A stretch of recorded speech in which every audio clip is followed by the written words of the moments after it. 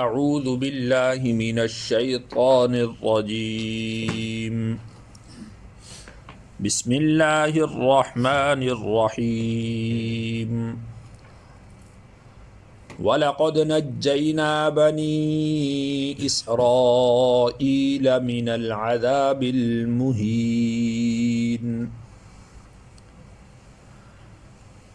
وَلَقَدْ نَجَّيْنَا اور البتہ تحقیق ہم نے نجات دی بنی اسرائیل کو من العذاب المہین رسوا کن عذاب سے۔ بنی اسرائیل یہ فرعونیوں کے ماتحت تھے، فرعونی ان سے بگاڑ لیتے تھے، کام کرواتے تھے، مارتے پیٹتے تھے، ان کو غلام بنا کر رکھا ہوا تھا۔ تو اللہ تعالیٰ نے جیسا کہ پچھلی آیات میں ذکر فرمایا کہ انہم جند مغرقون، کہ یہ ایک ایسا لشکر ہے جو غرق ہونے والا ہے، تو اللہ تعالیٰ نے اس پورے کے پورے لشکر کو غرق کر دیا۔ تو اس طریقے سے بنی اسرائیل کو فرعون اور فرعون کی قوم سے نجات ملی۔ آگے اللہ نے ذکر فرمایا کہ من فرعون، فرعون سے ہم نے نجات دی، یعنی سارا جو ذلت امیز رویہ ان کے ساتھ اختیار کیا جاتا تھا وہ فرعون کے طرز عمل کی بنیاد پر تھا، فرعون کی وجہ سے تھا جو ان کے ساتھ وہ ذلت امیز رویہ اختیار کیا جا رہا تھا۔ اور فرعون خود انہ کان عالیا من المسرفین، انہ کان عالیا، بے شک وہ تھا بڑائی کرنے والا، متکبر، من المسرفین اور حد سے بڑھنے والا۔ تو فرعون کی حالت وہ متکبر شخص کسی تھی، وہ مجسمہ سرکشی تھا۔ تو اللہ تعالیٰ نے فرعون کا یہاں پر خاص طور پر ذکر فرمایا ہے۔ اب اس کا تکبر اور بڑائی یہاں تک دیکھ لیجئے کہ اس نے خود کو معبود کہلوایا، خدا بن گیا، اور اس نے یہ کہا کہ انا ربکم الاعلی، میں تمہارا سب سے بڑا خدا ہوں۔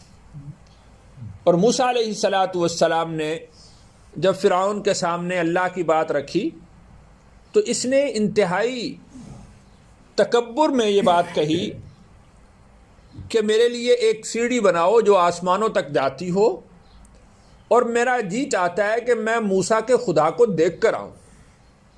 یہ تکبر ہے۔ تو انہ کان عالیا من المسرفین، فرعون وہ تکبر کرنے والا، بڑائی کرنے والا، سرکش انسان تھا۔ وَلَقَدِ اخْتَرْنَاهُمْ، البتہ تحقیق ہم نے منتخب کیا ان کو، عَلَىٰ عِلْمٍ، علم کی بنیاد پر، عَلَى الْعَالَمِينَ، جہاں والوں پر۔ یہ بنی اسرائیل کا ذکر ہے کہ ہم نے بنی اسرائیل کو سارے جہاں کے لوگوں میں سے منتخب کر لیا۔ وَآتَيْنَاهُمْ، اور ہم نے دی ان کو، من الآیات، بہت سی نشانیوں میں سے، ما فیہ بلاء مبین، کہ جن میں تھی واضح آزمائش۔ اللہ تعالیٰ نے بنی اسرائیل کو منتخب کیا، ان کو اللہ تعالیٰ نے حکومت سے بھی سرفراز فرمایا، ان کو حکومتیں بھی عطا کی، اللہ نے ان کو علم سے بھی نوازا۔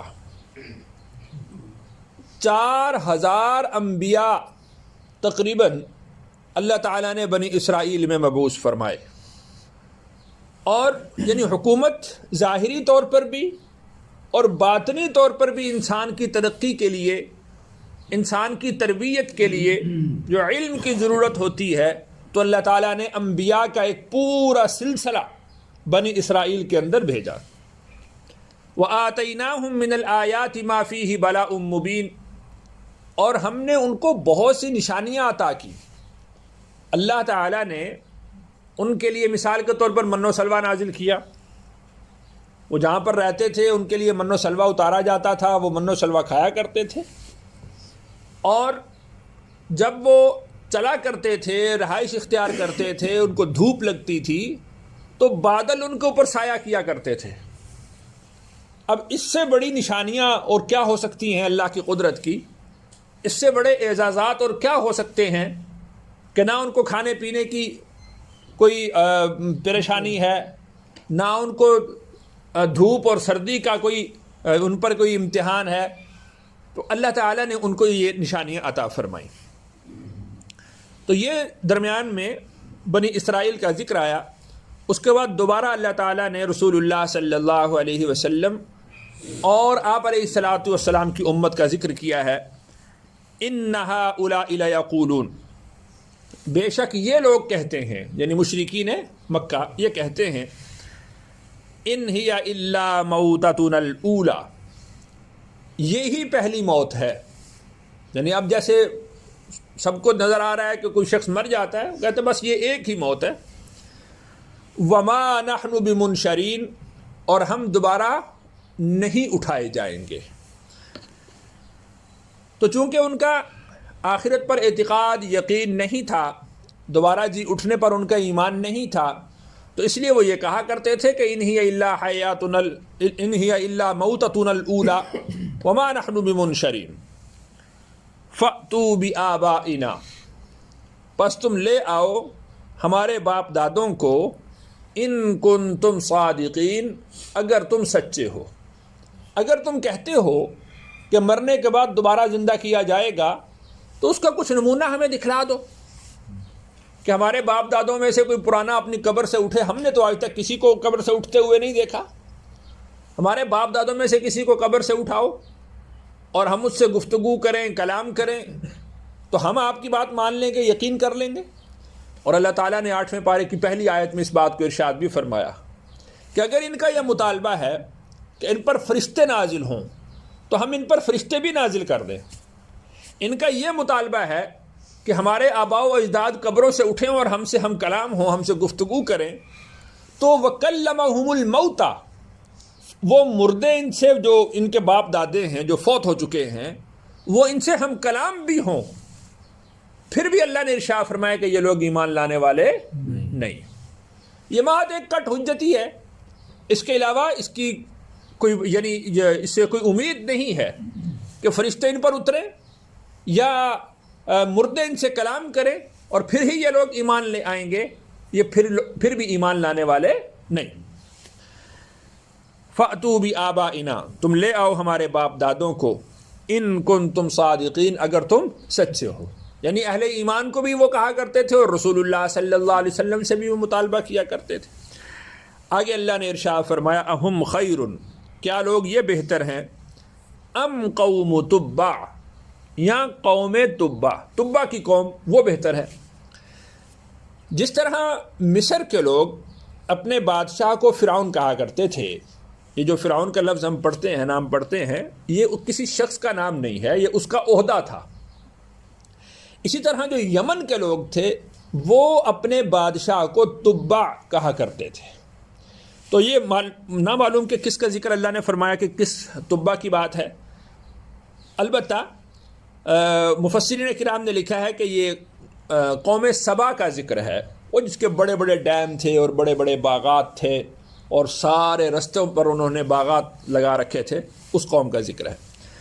والذین من قبلہم، اور وہ لوگ جو ان سے پہلے گزرے ہیں، یعنی قوم عاد گزری ہے، قوم ثمود گزری ہے. والذین من قبلہم، جو ان سے پہلے تھے.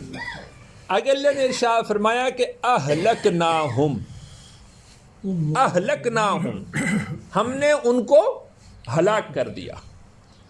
اب دیکھیں کہ یہ لوگ اپنا موازنہ کریں ان قوموں کے ساتھ جو پہلے گزر چکی ہیں. نفری ان کے پاس زیادہ تھی، قد بت ان کے بڑے تھے، صلاحیتیں ان میں زیادہ تھیں، پہاڑوں کے اندر محلات بنائے ہیں، انجینئرنگ ان کی زیادہ تھی، وہ کھجور کو پکڑتے اور اکھاڑ دیتے تھے، ایسی قوت اور طاقت اور صلاحیت ان میں تھی. اس کو اللہ نے ذکر بھی فرمایا قرآن میں کہ وما بلغوا معشار ما آتیناہم، جو کچھ ہم نے ان کو دیا تھا تم تو اس کے 10ویں حصے میں بھی نہیں ہو. عشر عشیر جس کو کہا جاتا ہے 10واں حصہ، تم 10ویں حصے میں بھی نہیں ہو. اس وجہ سے کہ ان کے پاس طاقت تھی، ان کے پاس نفری تھی، ان کے پاس علم تھا، ان کے پاس صلاحیتیں تھیں، ان کے پاس فنکاری تھی، ان کے پاس صنعت کاری تھی، ان کے پاس زراعت تھی. اس وجہ سے کیا وہ لوگ ہمارے عذاب سے بچ گئے؟ کیا وہ ہماری پکڑ سے، ہماری گرفت سے نکل گئے؟ یہاں تک کہ قوم عاد نے تو یہ دعویٰ کیا تھا کہ ہم سے بھی کوئی طاقتور ہے، من اشد منا قوہ، ہم سے زیادہ طاقتور کون ہو سکتا ہے کہ جو ہمیں عذاب دے گا. یعنی وہ لوگ یہاں تک تکبر میں چلے گئے، یہاں تک بڑائی میں وہ چلے گئے. اب بتاؤ کہ ظاہری اعتبار سے تم بہتر ہو یا وہ لوگ بہتر تھے؟ ظاہر سی بات ہے وہ لوگ بہتر ہیں. قرآن جب کہہ رہا ہے کہ تم تو ان کے 10ویں حصے میں بھی نہیں ہو. اہلکناہم، اللہ نے ان کو بھی ہلاک کر دیا. اللہ نے اس کو ذکر فرمایا فکذبوا رسلی، انہوں نے میرے رسولوں کو جھٹلایا تھا. تو اہلکناہم، ہم نے ان کو ہلاک کر دیا. تو تم بھی کسی گھمنڈ میں مت رہو کہ تم اللہ اور اس کے رسول کی بات کا انکار کرو گے تو اللہ کی گرفت سے، اللہ کے عذاب سے تم بچ جاؤ گے. قطعاً ایسا ہونے والا نہیں ہے. آگے اللہ نے ذکر فرمایا کہ انہم کانوا مجرمین، وہ لوگ بھی مجرم تھے، گناہگار تھے، تو لہذا اہلکناہم، ہم نے ان کو بھی ہلاک کر دیا. تو پچھلی قوموں کا ذکر فرما کر اللہ تعالیٰ نے تنبیہ کی ہے کہ اللہ تعالیٰ کی جو شخص بھی، جو قوم بھی نافرمانی کرے گی، اللہ کی گرفت اس پر آئے گی، اللہ کی پکڑ اس پر آئے گی.